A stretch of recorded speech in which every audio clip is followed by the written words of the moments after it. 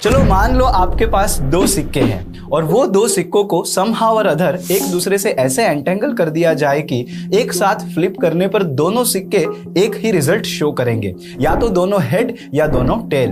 अब आप और आपके लैब पार्टनर इन दो सिक्कों को दो अलग अलग रूम में लेके जाते हैं। उसके बाद अगर आप दोनों एग्जैक्टली सेम टाइम पे अपने अपने सिक्कों को फ्लिप करते हो तो आपको देखने को मिलेगा कि अगर आपके सिक्के पर हेड है तो आपके लैब पार्टनर के सिक्के पर भी हेड है, और अगर आपके सिक्के पर टेल आता है तो उनके सिक्के पर भी टेल आता है। इस एक्सपेरिमेंट को बार बार दोहराने पर भी सेम रिजल्ट ही मिलता है।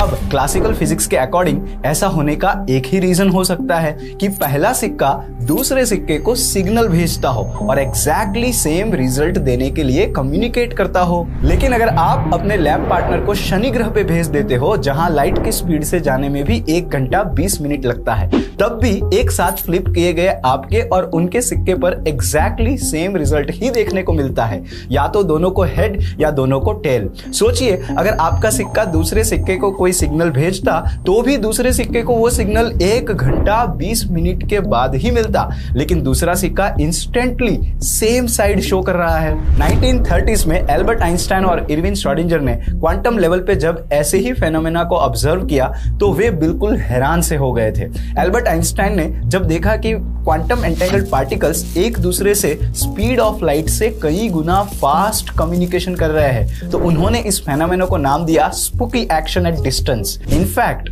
आइंस्टाइन का फर्म बिलीफ था कि पूरा अस्तित्व लोकालिटी और कॉजालिटी के प्रिंसिपल्स पर ही काम करता है। लोकालिटी मीन्स कोई भी ऑब्जेक्ट उनके इमीडिएट सराउंडिंग से ही इन्फ्लुएंस हो सकता है, और कॉजालिटी मीन्स कॉज के बिना इफेक्ट प्रोड्यूस नहीं हो सकती। लेकिन क्वांटम एंटेंगलमेंट लोकालिटी और कॉजालिटी दोनों ही प्रिंसिपल्स को ट्रांसेंड करता है।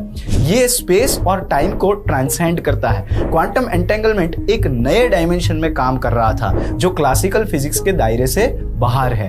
इस बात को आइंस्टाइन पूरी तरह से एक्सेप्ट नहीं कर पाए और उन्होंने 1926 में जर्मन फिजिसिस्ट मैक्स बॉर्न को एक लेटर में क्वांटम एंटेंगलमेंट को रेफर करते हुए यह भी लिखा कि God does not play dice. Unfortunately उस समय पे क्वांटम एंटेंगलमेंट को प्रूव करने के लिए कोई भी एक्सपेरिमेंटल एविडेंसेस अवेलेबल नहीं थे, इसीलिए आइंस्टाइन ने क्वांटम मैकेनिक्स में हिडन वेरिएबल ऐड करके क्वांटम एंटेंगलमेंट को लोकालिटी और कॉजालिटी के दायरे में ले लिया और कहा कि क्वांटम एंटेंगलमेंट सिर्फ थियोरेटिकल फेनोमेना ही है। लेकिन 1972 में कैलटेक एल्यूमिनस जॉन क्लॉजर ने फर्स्ट टाइम क्वांटम एंटेंगलमेंट को एक्सपेरिमेंटली प्रूव किया।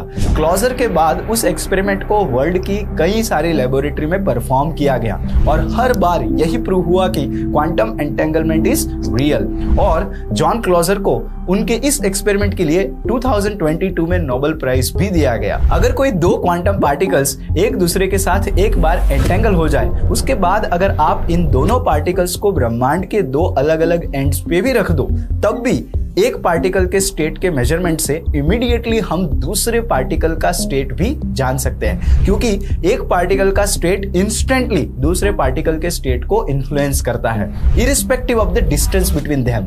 इनफैक्ट 15 अगस्त 2016 को लॉन्च किया गया चाइना का quantum encrypted communication satellite Micius quantum entanglement के प्रिंसिपल्स पर ही फंक्शन करता है। क्वांटम एंटेंगलमेंट के रियल होने से मॉडर्न साइंस को एविडेंस मिल गया है कि इस अस्तित्व में टाइम और स्पेस के बियॉन्ड भी कई डायमेंशंस हैं, और यह भी साबित हुआ है कि हमारे आसपास की पूरी रियलिटी क्लासिकल फिजिक्स के लॉ से एक्सप्लेन नहीं की जा सकती। मॉडर्न साइंस और मैथमेटिकल कैलकुलेशंस बहुत लिमिटेड है। हम पूरे अस्तित्व को जितना फिजिक्स हम जानते हैं उसके लॉस के टर्म में डिफाइन नहीं कर सकते। इसके पहले मॉडर्न साइंस अचिंत्य या इनकंसीवेबल और ट्रांसेंडेंटल रियलिटी को एक्सेप्ट नहीं करता था। मॉडर्न साइंस मानता था कि कोई भी रियलिटी ट्रांसेंडेंटल नहीं हो सकती।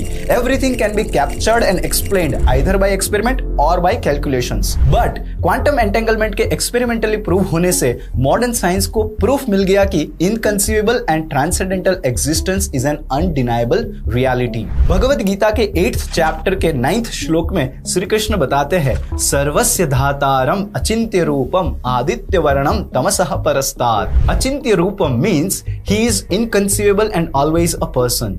आदित्य वर्णम तमसः परस्तात् means he is luminous like the sun and he is transcendental beyond this material nature. भगवान एक इनकंसीवेबल और ट्रांसेंडेंटल पर्सन है और उनके द्वारा बनाया गया ये पूरा अस्तित्व भी इनकंसीवेबल है। हम इंसानों को थोड़ी ह्यूमिलिटी के साथ इस बात को एक्सेप्ट कर लेना चाहिए कि ये पूरा अस्तित्व जिन लॉस के आधार पर चलता है उन लॉस को किसी ने बनाया है। इस दुनिया में कुछ भी बाई चांस नहीं हो रहा है, यह सब कुछ इनकंसीवेबल भगवान की इनकंसीवेबल एनर्जी के द्वारा ही चलाया जा रहा है और हमारे लिमिटेड ब्रेन और लिमिटेड सेंसेस से हम इसे पूरी तरह से समझ नहीं सकते। भगवान श्री कृष्ण इस बात को भगवत गीता के 9th चैप्टर के 10th श्लोक में कहते हैं, मया अध्यक्षेण प्रकृति सूयते सचराचरम हेतुनानेन कौन्तेय जगद विपरी वर्तते। This material nature, which is one of my energies, is working under my direction, O son of Kunti, producing all moving and non-moving beings.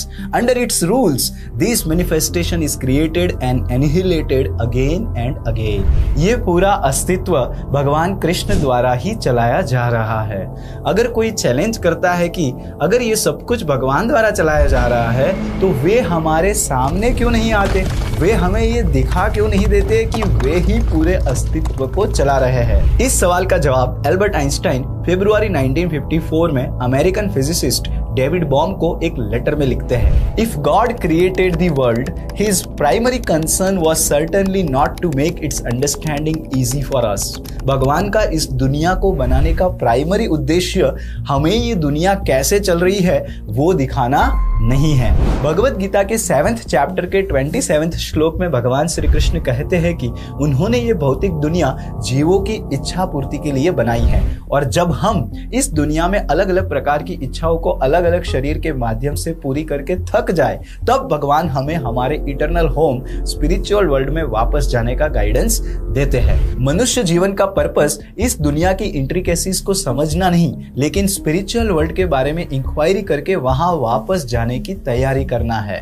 Thank you very much. जाने से पहले कमेंट सेक्शन में कमेंट करके जरूर बताइए कि science के किन टॉपिक्स को आप वैदिक दृष्टिकोण से समझना चाहेंगे।